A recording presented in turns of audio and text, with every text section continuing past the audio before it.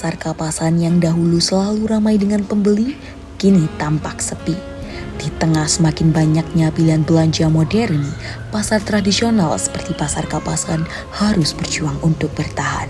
Tidak hanya karena persaingan dengan pusat perbelanjaan besar, tetapi juga karena adanya pergeseran preferensi generasi muda yang kini lebih tertarik pada barang bekas yang ditawarkan oleh toko thrift. Hal ini dapat dilihat dengan data yang menunjukkan nilai impor pakaian bekas dalam 6 tahun terakhir. Toko thrift kini menjadi pilihan favorit banyak generasi muda.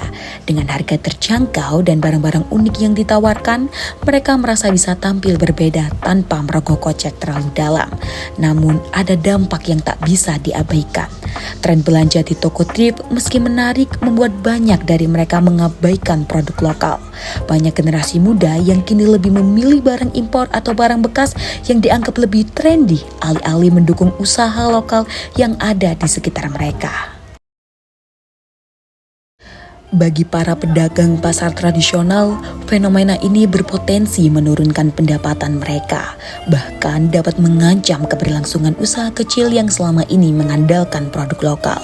Jika pasar tradisional seperti Pasar Kapasan terus sepi pengunjung, generasi muda akan semakin jarang mengenal nilai dan kekayaan produk lokal yang menjadi identitas budaya kita.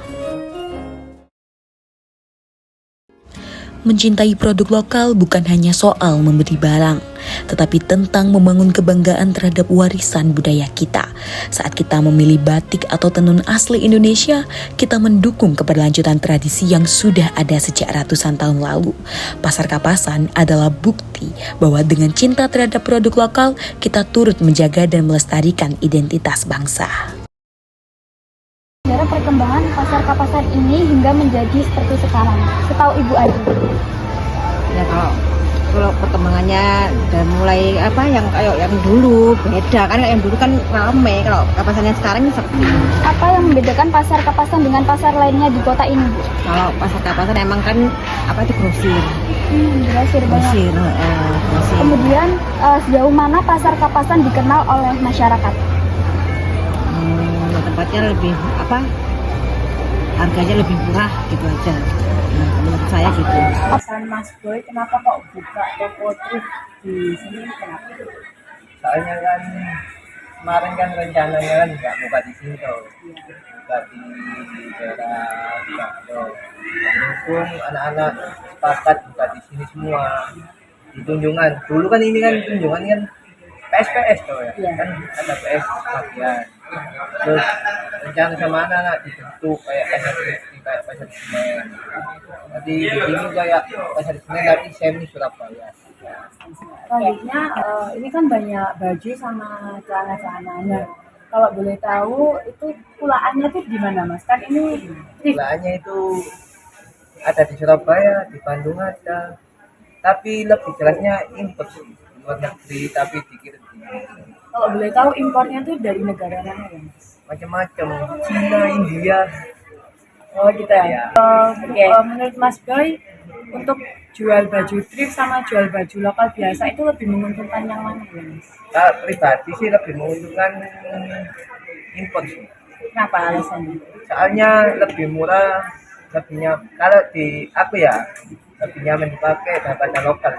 Mana menurut Anda tentang keberadaan toko thrift yang banyak bermunculan belakangan ini? Apakah Mbak merasa tertarik untuk berbelanja di toko thrift? Ya. Nah, menurut Mbak gimana adanya toko thrift itu? Karena toko thrift itu harganya jauh lebih murah dibandingkan toko lain. Bagaimana toko thrift mempengaruhi pasar tradisional seperti Pasar Kapasan ini? Sangat mempengaruhi karena adanya toko thrift buat Pasar Kapasan itu jadi makin sepi. Apa pendapat Mbak tentang pentingnya membeli produk lokal di Pasar Kapasan? Karena yang kita tahu kan Pasar Kapasan ini banyak menjual produk lokal ya Mbak, dibanding kalau toko thrift kan biasanya impor. Nah, itu menurut Mbak seberapa penting? Kalau menurut aku sih, kalau toko thrift itu kan kebanyakan impor, orang banyak nyari yang harga. Kalau yang lokal itu barangnya kayak gitu tapi harganya nggak terjangkau. Bagaimana pandangan adik tentang keberadaan toko thrift ini kayak gini yang banyak bermunculan belakangan ini? Apakah adik merasa tertarik untuk berbelanja di toko-toko thrift kayak gini? sangat tertarik ya, apalagi kan barang-barang branded kan bahannya kan apik. Oh iya. Harganya gimana harganya? Tebel, makanya kita kejar thrifting. Oke, berarti adik lebih suka bahan yang impor dari luar negeri atau produk lokal? Jujur. Ya dilihat dulu, kalau produk lokalnya bagus ya kita lebih suka produk lokal. Nah, Kebanyakan kan produk luar negeri lebih bagus. oke. Kalau nih kalau disuruh pilih antara belanja di pasar Kapasan sama toko thrift kayak gini, kalian lebih pilih di mana? Sini. Thrifting. Di thrift. Alasannya? Adem.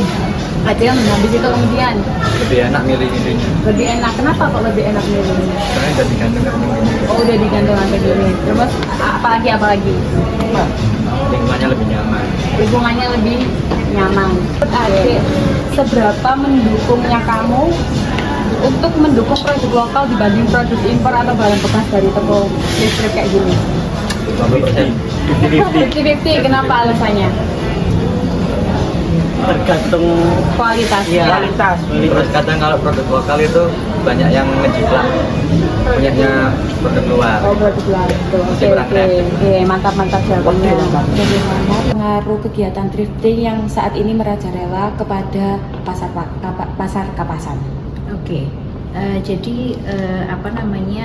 secara umum ya sebetulnya thrifting itu tidak hanya berpengaruh ke pasar saja ya, ke pasar, tapi juga berdampak ke secara umum itu berdampak ke penyerapan tenaga kerja ya, karena kan pasti dengan masuknya produk-produk asing ya, thrifting itu kan produk barang bekas ya yang dari luar, itu akan mempengaruhi permintaan untuk produk dalam negeri gitu. Jadi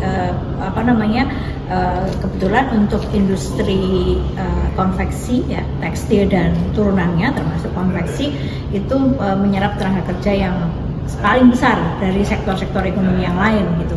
Jadi selain kemudian nanti dampaknya ke permintaan terhadap produk-produk dalam negeri, tekstil dalam negeri juga kemudian berdampak ke ketenaga kerjaan. Nah, itu yang secara umum ya. Nah, kemudian kalau dikaitkan dengan pasar Kapasan tentu saja akan akan mempengaruhi kompetisi, karena kan itu kan berkompetisi ya. Jadi kebetulan di situasi yang perekonomian yang sulit itu biasanya produk-produk inferior namanya. Jadi baju bekas itu adalah masuk kategori inferior, barang inferior gitu kan. Jadi pada saat situasi perekonomian sulit memang biasanya barang-barang inferior itu permintaannya tinggi gitu. Nah, dengan permintaan inferior, barang inferior yang tinggi itu kemudian produk-produk yang pesaingnya, produk yang baru ya, barang normal namanya kalau dalam ekonomi, itu kemudian pasti akan turun karena itu kan saling menggantikan, saling mendukung. Mari kita jadikan pasar Kapasan sebagai contoh nyata bahwa pasar tradisional bisa menjadi tempat yang tidak hanya menyediakan produk berkualitas, tetapi juga membangun rasa cinta terhadap tanah air. Dukunglah pasar tradisional, cintailah produk lokal, dan bantu menjaga budaya kita tetap hidup. Pasar Kapasan dan toko thrift memiliki daya tarik masing-masing. Pasar Kapasan unggul dalam keberagaman produk lokal, sementara toko thrift hadir sesuai dengan tren anak muda. Di era persaingan, pasar Kapasan perlu berinovasi seperti pemasaran digital, Promosi kreatif dan pengemasan ulang citra pasar yang lebih menarik bagi generasi muda. Dengan langkah ini, pasar Kapasan tidak hanya mampu bersaing, Tapi juga memperkuat kecintaan masyarakat terhadap produk lokal sebagai bagian dari identitas bangsa. mari bersama-sama dukung produk dalam negeri untuk masa depan yang lebih baik. Ingat, semboyan belanja bijak, beli satu produk impor, Maka beli 2 produk lokal.